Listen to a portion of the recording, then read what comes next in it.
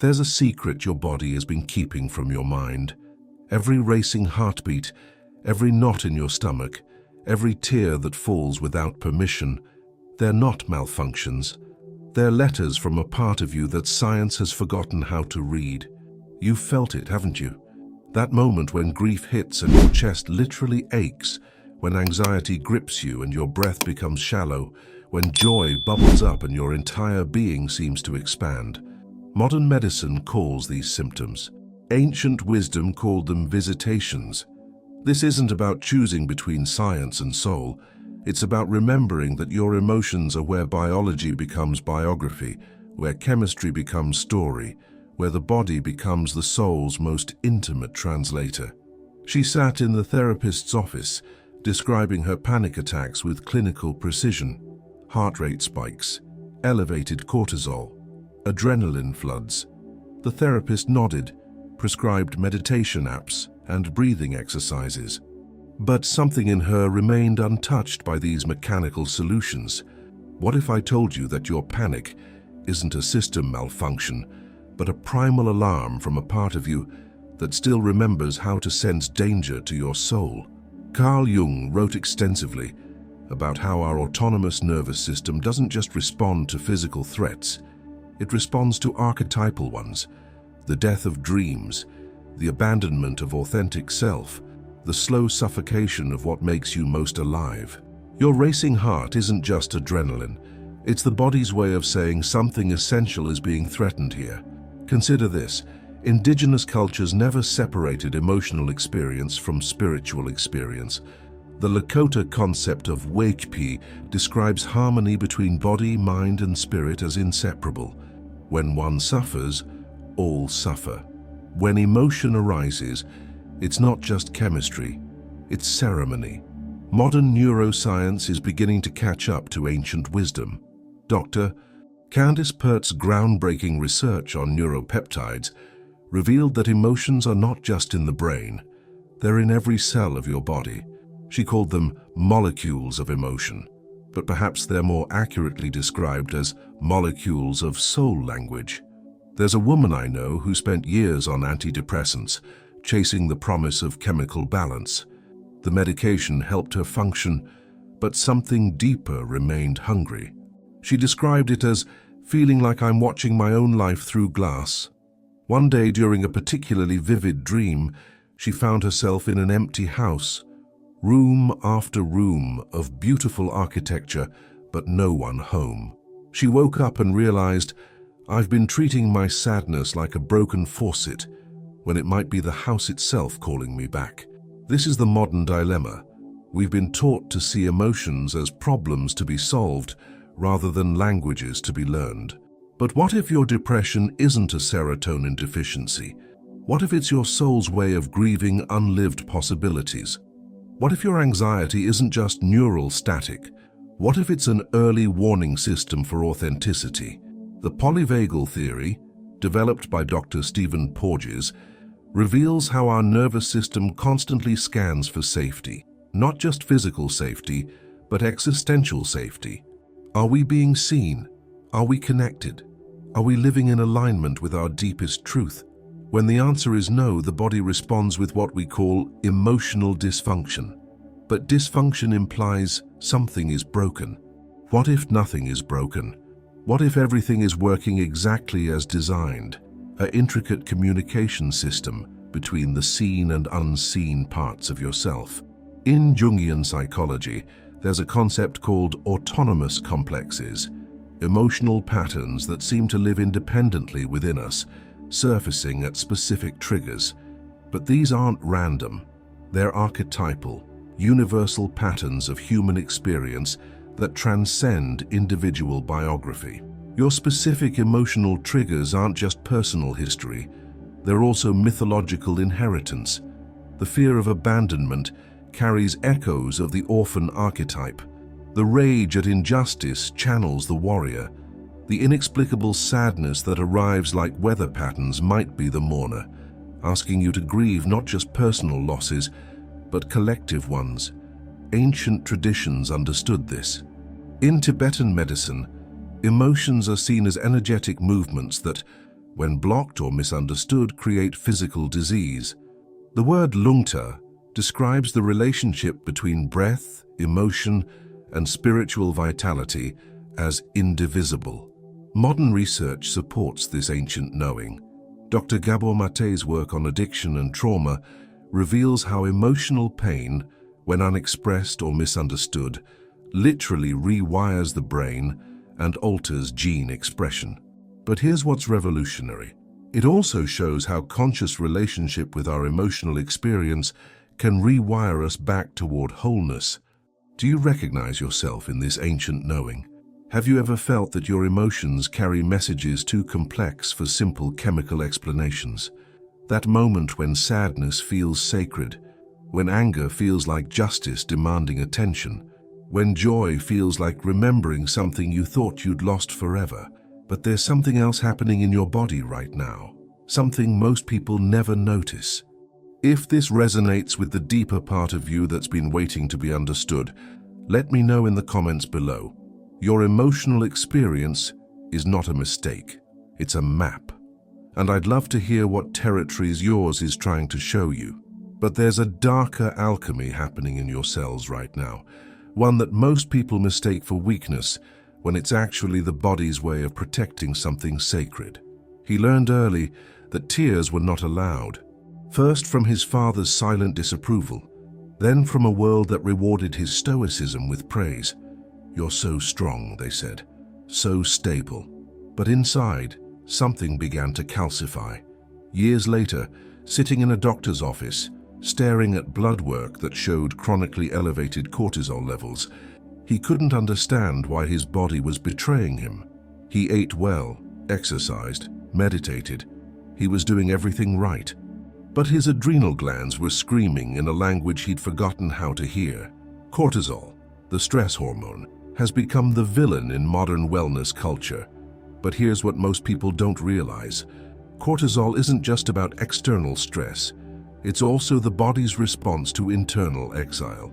When parts of our emotional experience are deemed unacceptable, the nervous system treats this internal abandonment as a survival threat. Dr. Bessel van der Kolk's research on trauma reveals something profound. The body keeps the score not just of what happened to us, but of what we're not allowed to feel about what happened to us. Unexpressed grief doesn't disappear, it becomes inflammation. Unfelt rage doesn't vanish, it becomes autoimmune dysfunction. Unprocessed fear doesn't fade, it becomes chronic anxiety. This is the chemistry of spiritual bypassing. When we try to think our way out of feeling, the body responds as if we're rejecting a vital organ. Because we are. Emotion isn't separate from you. It is you, clothed in biochemistry. There's a particular kind of stillness that settles over people who've learned that their emotional truth is too much for others to handle. Watch them closely and you'll see it. A subtle holding in the chest, a way of breathing that never quite reaches the belly, shoulders that carry invisible weight. This is what happens when guilt becomes biology. Guilt, at its core, is the internalized voice that says, your authentic response is wrong. And when that voice becomes chronic, it literally changes the body's chemistry. Cortisol production shifts from acute response to chronic background hum. The nervous system learns to expect danger from internal experience itself. In somatic therapy, we have a term for this: defensive organization. The body organizes itself around the anticipation of its own emotional experience being rejected. Muscles chronically tense to contain what might spill over. Breathing becomes shallow to avoid feelings that might be too intense. The jaw clenches to hold back words that might be too true. But here's where it gets mystical. Indigenous traditions speak of soul loss, the way vital parts of ourselves go into hiding when the environment becomes hostile to their expression. Modern neuroscience calls this dissociation, but both are describing the same phenomenon, the way survival sometimes requires us to abandon ourselves. A woman told me once about the exact moment she learned to swallow her joy. She was 8, spinning in the yard, laughing at the simple ecstasy of being alive, when her mother's voice cut through. "Stop that foolishness. People are watching." The spinning stopped. But more than that, something inside went quiet. 40 years later, she couldn't understand why success felt empty, why achievements couldn't fill the hollow space in her chest. The guilt wasn't just emotional, it was cellular. Her body had learned that joy was dangerous, that authenticity invited punishment. Cortisol became her bodyguard against her own aliveness. Jung wrote about the shadow as the parts of ourselves we've rejected, but he also understood that psychological repression has physiological consequences. What we don't own psychologically, we become owned by somatically. Consider this: your endocrine system, the network of glands that regulate everything from mood to immune function, responds not just to what you experience, but to what you allow yourself to experience. When certain emotions become forbidden territory, the glands that would normally process and integrate those feelings begin to malfunction. Grief that can't be felt becomes chronic fatigue. Rage that can't be expressed becomes inflammation. Fear that can't be acknowledged becomes panic disorders. This isn't metaphor, it's biochemistry. Neuropeptides, the chemical messengers of emotion, literally can't complete their cycles when the emotion they carry is blocked from conscious awareness. There's a Sufi teaching that says, the heart has its own intelligence separate from the mind's intelligence. Modern cardiology is beginning to validate this. The heart has its own neural network, over 40,000 neurons that process information independently of the brain. When we chronically override the heart's intelligence with mental overrides, the entire system begins to rebel. I've worked with clients whose autoimmune conditions improved dramatically, not through medication, but through learning to feel what they'd been taught not to feel.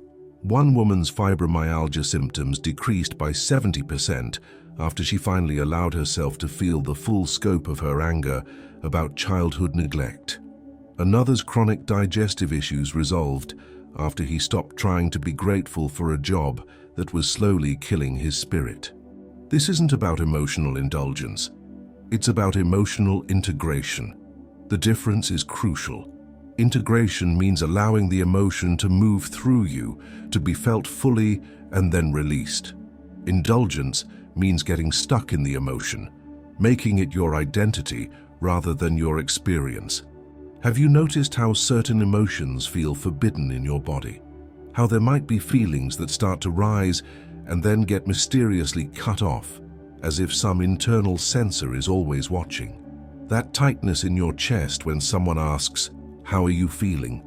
As if the question itself is dangerous territory. Your body is not betraying you with its symptoms, it's trying to show you where your soul has gone into hiding. But there's an even deeper layer to this, something ancient cultures understood about the intelligence of emotional pain.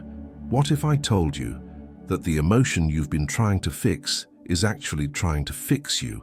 That the feeling you've labeled as negative might be the most positive force in your life, if only you knew how to listen.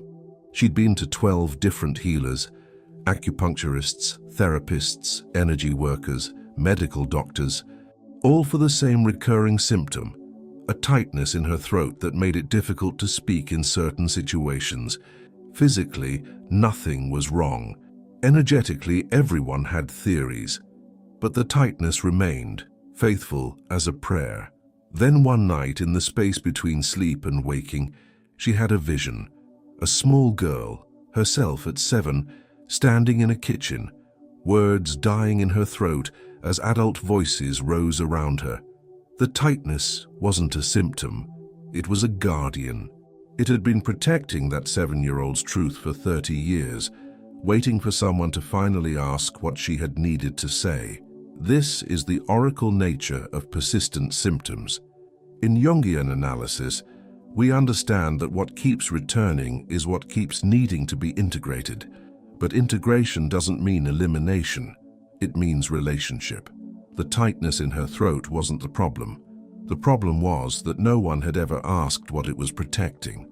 Ancient Greek temples had a practice called incubation, sleeping in sacred spaces to receive healing dreams. The understanding was that illness often contained its own cure, but in symbolic rather than literal form. Modern medicine lost this wisdom when it began treating symptoms as enemies rather than messengers.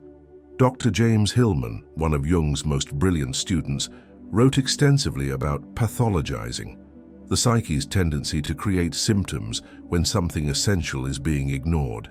He argued that our symptoms are often more intelligent than our conscious minds, pointing us toward exactly what needs attention. Consider chronic pain that has no clear medical cause. What if it's not random suffering, but precise communication? The back pain that emerges whenever you're about to compromise your values, the headaches that arrive when you're overthinking situations that require feeling, the insomnia that visits when you're avoiding a difficult truth. There's a quality of sadness that goes beyond personal history. You feel it sometimes in unexpected moments, watching strangers at airports, hearing certain songs, witnessing simple acts of tenderness between people you don't know. It's too vast to be just about your own losses. Jung called this participation mystique, the way individual psyche participates in collective psyche. Your sadness isn't just about your personal losses, it's also about all the losses that haven't been properly grieved. The dreams that died unnamed, the connections that were never made, the words that were never spoken. In traditional cultures, grief was understood as sacred work. The professional mourners in Middle Eastern cultures, the elaborate funeral rites of Tibetan Buddhism, the year-long grief processes of many indigenous traditions, all recognize that grief is not just personal healing, but collective healing. When sadness arises in your body, it's not just chemistry, it's ceremony. Your nervous system is creating the physiological space for something to be honored, released, integrated. The tears that fall are not weakness, they're libation, offerings to what has been lost so that what remains can be blessed. Modern antidepressants often work by numbing this process, creating what researchers call emotional blunting. But what if the goal isn't to stop feeling sad? What if the goal is to feel sad so skillfully that the sadness becomes medicine rather than poison? There's a woman who told me that her depression lifted not when she stopped feeling sad, but when she learned to feel sad beautifully. She created rituals around her grief, lighting candles, writing letters to her losses, sitting in silence with the part of her that knew how to mourn. The sadness didn't disappear, but it transformed from static noise to sacred music. Anxiety in its pure form is anticipation without focus. It's the nervous system scanning for threat, but finding none it can name. But what if anxiety isn't about future dangers? What if it's about present disconnection? In many shamanic traditions, anxiety-like states are recognized as precursors to spiritual awakening. The Lakota concept of Hanblecha describes a kind of sacred restlessness that precedes vision quests, the soul sensing that change is needed, but not yet knowing what form that change will take. Your anxiety might not be pathology, it might be prophecy, the part of you that knows you're living out of alignment with your deepest truth, creating the physiological urgency to pay attention. Anxiety as interrupted prayer, anxiety as stalled becoming. Consider how anxiety often contains hypervigilance, the nervous system's way of trying to scan for something important. But what if what you're scanning for isn't external danger, but internal authenticity? What if your anxiety is actually your soul trying to get your attention, and the reason nothing external seems to satisfy it is because the message is coming from inside? Dr. Rollo May, one of the founders of existential psychology, wrote that anxiety is often the dizziness of freedom, the overwhelming awareness of our capacity to choose our own existence. But choice requires feeling, and if we've learned to numb our feeling capacity, choice becomes overwhelming rather than liberating. I worked with a man whose panic attacks always happened in the same context, right before he was about to say something true. His nervous system had learned to associate authenticity with danger, so it created panic to prevent truth-telling. The panic wasn't random, It was precise. It was protecting him from his own power. When we began treating his anxiety not as malfunction, but as misdirected wisdom, everything changed. Instead of trying to stop the panic, he began asking it questions. What are you trying to protect me from? What do you sense that I don't? The panic began to transform from chaos into clarity. Have you ever noticed that your most persistent symptoms seem to have their own intelligence? That they show up at specific times, in specific contexts, as if they're trying to tell you something? What if the emotion you've been medicating or avoiding is actually the most intelligent part of your healing process? And here's where it gets even more mysterious.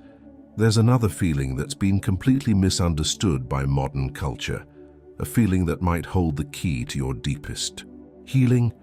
There's a hunger in you that no achievement can satisfy, a thirst that no success can quench. You've mistaken it for greed, for never being enough, for some fundamental flaw in your character.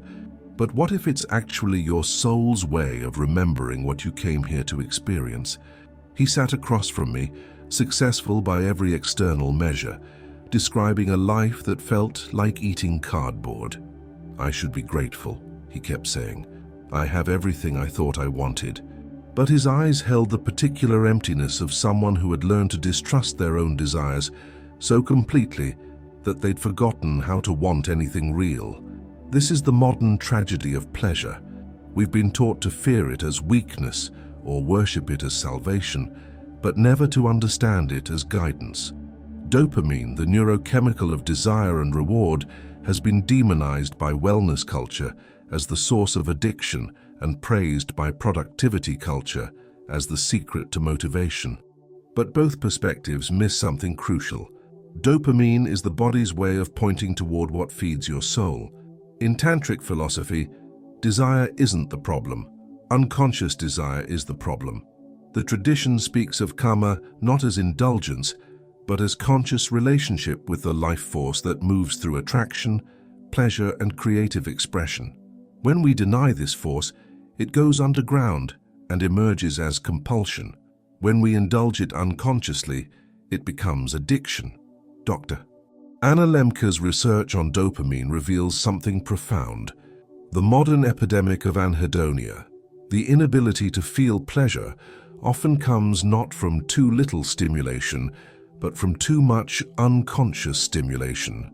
We've flooded our dopamine receptors with artificial rewards while starving them of authentic ones. But here's what most addiction research misses: the spiritual component. Indigenous plant medicine traditions understand that addiction is often spiritual hunger fed with material food. The dopamine dysregulation isn't just about brain chemistry, it's about soul malnourishment. There's a moment in every child's development when they discover something that makes them lose track of time. Drawing, building, singing, moving, some activity that creates what psychologists call flow state, but what mystics recognize as remembering. The dopamine flooding their system isn't just about reward, it's about recognition. The soul saying, yes, this is what you came here to do. But then school begins. Structure arrives. The natural dopamine pathways of authentic interest get replaced by artificial reward systems. Grades, approval, external validation. Slowly, we forget how to generate pleasure from internal alignment and become dependent on external stimulation for any sense of satisfaction. Carl Jung observed that many of his patients' neuroses stemmed from what he called unlived life, the parts of themselves they'd abandoned in service of social acceptability. But unlived life doesn't disappear. It becomes a chronic dopamine deficiency, a constant background hunger that no external achievement can satisfy. This is why so many successful people describe feeling empty. They've mastered the external reward systems while completely disconnecting from their internal guidance systems. They're dopamine-rich in artificial ways and dopamine-starved in authentic ways.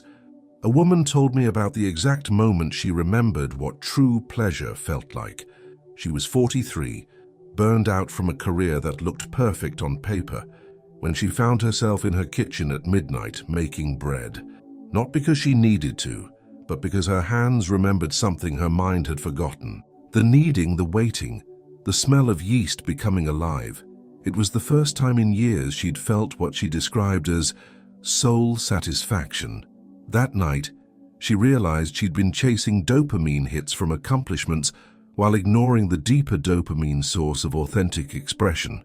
She'd mistaken the symptom for the cause, the addiction for the medicine. In the Gnostic texts, there's a teaching about nous, a kind of spiritual intelligence that communicates through desire, but not the surface desires of the ego. This deeper desire is the soul's navigation system, pointing toward experiences, people, and expressions that serve your highest becoming. But we've been taught to distrust desire entirely, especially bodily desire. Religious traditions often pathologized pleasure.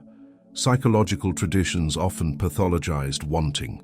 Spiritual traditions often pathologized attachment.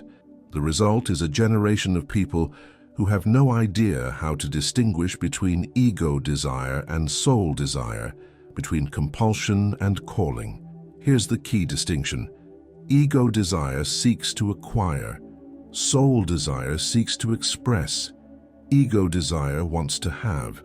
Soul desire wants to be. Ego desire creates dependency. Soul desire creates creativity. Your body's dopamine system is constantly trying to guide you towards soul-feeding experiences, but if you've learned to override, ignore, or shame these impulses, they become distorted. The creativity that wants to emerge becomes compulsive consumption. The love that wants to be expressed becomes addictive relationships. The aliveness that wants to be embodied becomes artificial stimulation.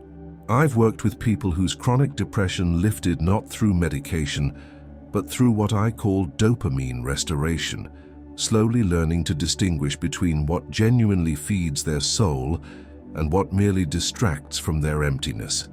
One man discovered that his porn addiction was actually a distorted expression of his need for sacred intimacy. A woman realized her shopping compulsion was her creativity trying to emerge through the only channel she'd allowed it: acquisition instead of expression. The Sufi poet Rumi wrote, "Let yourself be silently drawn by the strange pull of what you really love. It will not lead you astray. But first you have to learn to distinguish between the strange pull of authentic love and the familiar tug of unconscious compensation." Have you noticed how your deepest satisfactions come not from getting what you thought you wanted, but from expressing something that wanted to emerge through you? How there's a difference between the pleasure that leaves you empty and the pleasure that leaves you more yourself than before? Your desires aren't obstacles to your spiritual development. They're the intelligence of your becoming, clothed in biochemistry. But there's one more layer to this mystery. The moment when emotion stops being something that happens to you and becomes something that moves through you as medicine. There comes a moment in every healing journey when you stop trying to fix your emotions and start letting them fix you.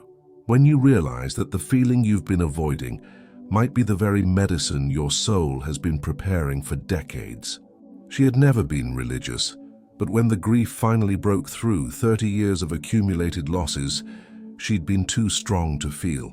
Something happened that she could only describe as prayer. Not words, but sounds. Not thoughts, but trembling. Her body became a cathedral of release, and every sob was an offering to something larger than her individual pain. This is what happens when emotion is allowed its full expression. It becomes devotion. The Latin root of emotion is emovere, to move out, to move through. Emotion isn't meant to be stored, it's meant to be expressed.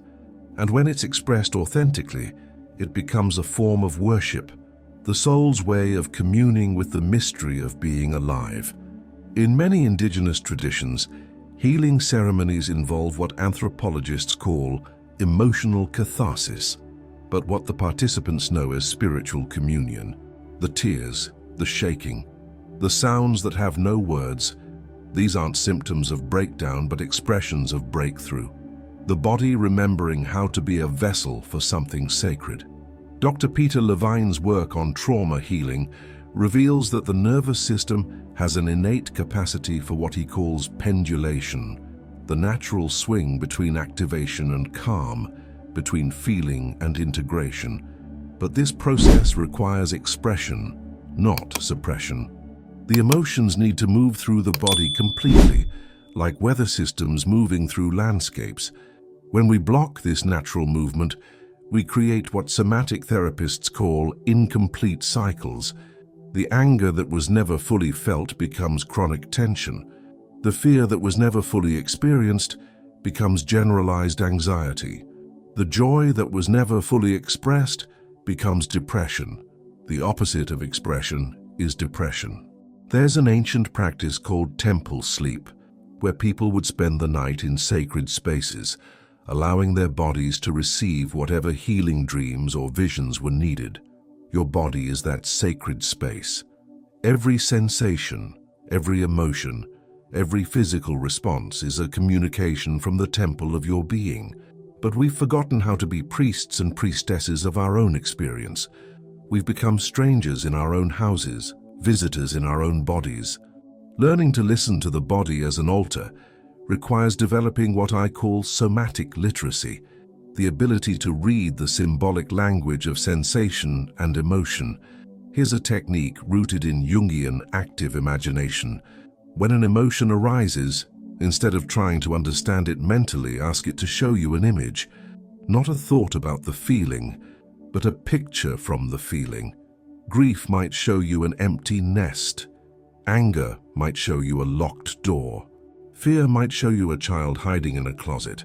Then, instead of interpreting the image, enter into relationship with it. What does the empty nest need? What is behind the locked door? What would comfort the hiding child? This isn't therapy, it's ceremony. You're not fixing symbols, you're honoring them, allowing them to reveal their medicine. Dr. Eugene Gendlin's focusing technique takes this further, teaching people to sense what he calls the felt sense, the bodily felt meaning of emotional experience. But ancient traditions knew this as prophecy, the body's ability to know things the mind hasn't figured out yet. A man I worked with discovered that his chronic back pain always intensified when he was about to make decisions that weren't aligned with his values. His back wasn't broken, it was prophetic. It was his body's way of saying, "This path will not support you." When he learned to consult his back pain as an oracle, rather than treat it as a malfunction, both his decision-making and his pain transformed. In Tibetan Buddhism, there's a practice called Tonglen, breathing in suffering and breathing out relief, not just for yourself, but for all beings experiencing similar pain. Your individual emotion becomes a doorway into universal compassion. Your personal chemistry becomes transpersonal medicine, but you don't need to be Buddhist to ritualize emotion. You can create simple ceremonies that honor the intelligence of your feeling experience. Light a candle when sadness arrives, acknowledging it as a sacred visitor. Write letters to your anger, thanking it for its protection.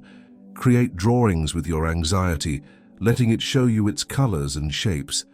The key is to treat emotion not as interruption, but as invitation. Every feeling state is an altered state of consciousness, offering access to information not available in ordinary awareness. Grief opens the heart to deeper capacity for love. Anger reveals what matters enough to fight for. Fear shows what needs protection or attention.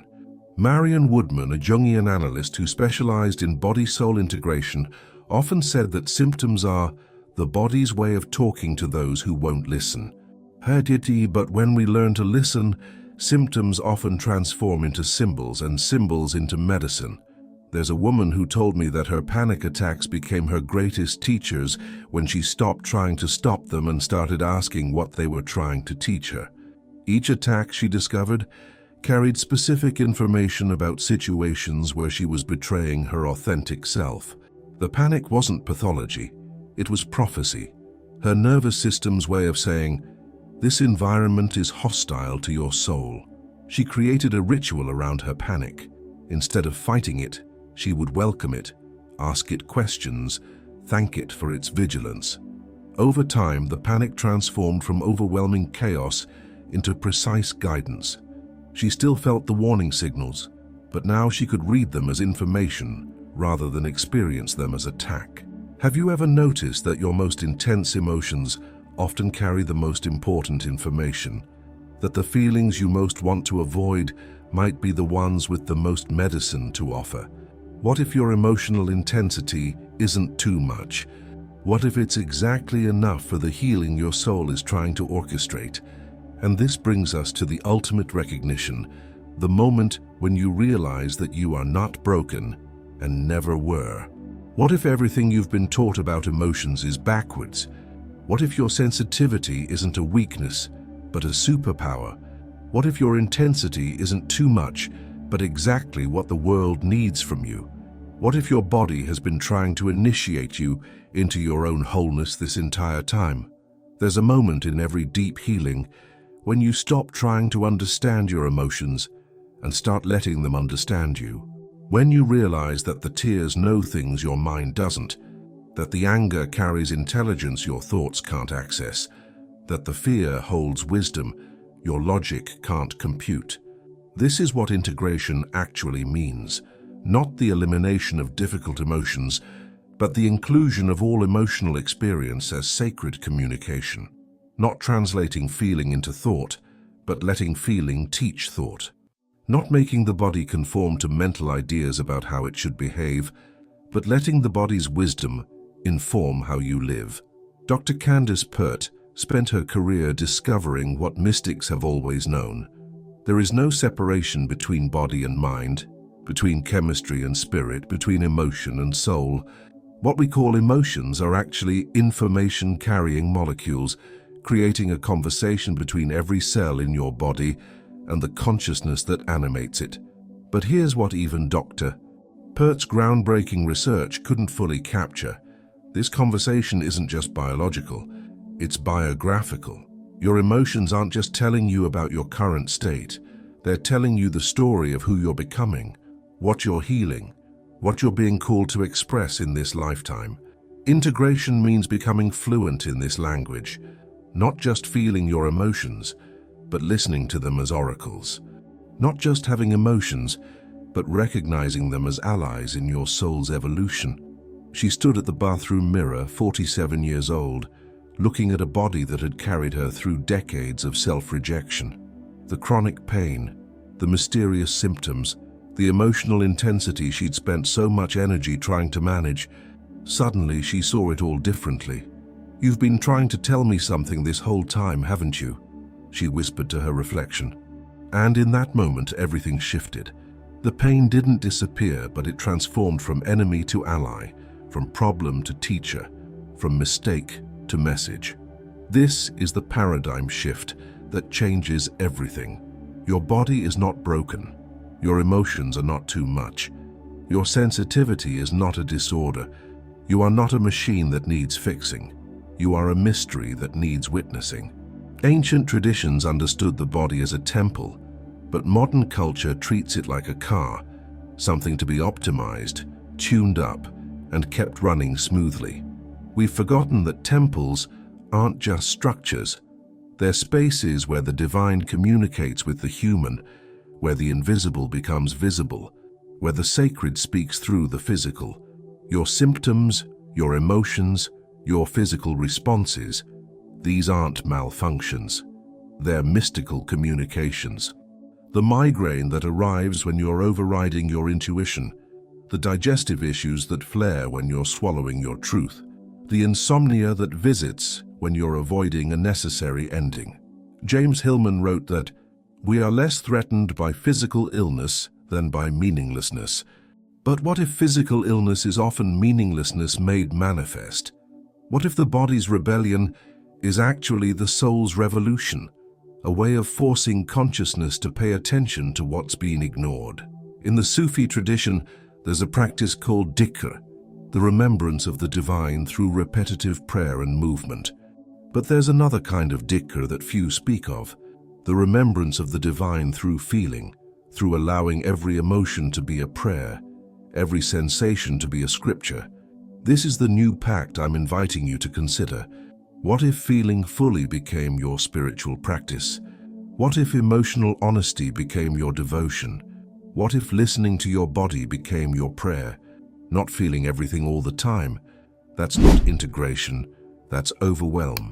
But feeling what arises when it arises, with the understanding that every emotion carries medicine, every sensation carries information, every physical response carries wisdom. This means treating your morning anxiety like a meditation bell. What is trying to get your attention? It means honoring your afternoon sadness like a sacred pause. What needs to be grieved or released? It means receiving your evening joy like communion. What wants to be celebrated and shared? Dr. Jon Kabat-Zinn's mindfulness research shows that when we bring conscious awareness to physical sensation without trying to change it, the nervous system naturally begins to regulate itself. But this isn't just about stress reduction, it's about soul retrieval. Every moment of conscious feeling is a moment of coming home to yourself. A man told me that his life completely changed when he stopped trying to be spiritual and started being honest. I realized I'd been using meditation to avoid feeling and therapy to avoid being, he said. But when I finally let myself feel what I was actually feeling without trying to fix it or understand it, that's when the real healing began. You came into this world with a body designed to feel, a nervous system calibrated for connection, an emotional capacity that was meant to be your guide, not your burden. Somewhere along the way, you learned that this was too much, too intense, too complicated. But what if it was exactly right? What if your sensitivity is not your weakness but your strength? What if your emotional intensity is not your problem but your power? What if your body's responses are not random but remarkably intelligent? The tears you've been holding back are prayers waiting to be spoken. The anger you've been suppressing is justice asking for attention. The fear you've been avoiding is protection offering its wisdom. The joy you've been rationing is life itself, asking to be lived. You are not too much. You have never been too much. You are a soul having a human experience, and the human experience includes the full spectrum of feeling. Your emotions are not obstacles to your enlightenment. They are the very medium through which enlightenment moves. Stop trying to transcend your humanity. Start inhabiting it fully. Your body is not the enemy of your spirit. It is the vessel through which your spirit speaks. Listen, what resonated most deeply with you in this exploration? I'd love to hear about your own experience with emotions as messengers rather than mistakes. Share your thoughts in the comments below, and if this perspective opened something new for you, subscribe for more conversations that honor the intelligence of your inner world. And don't forget to watch the next video I've prepared for you. There's always more mystery to explore.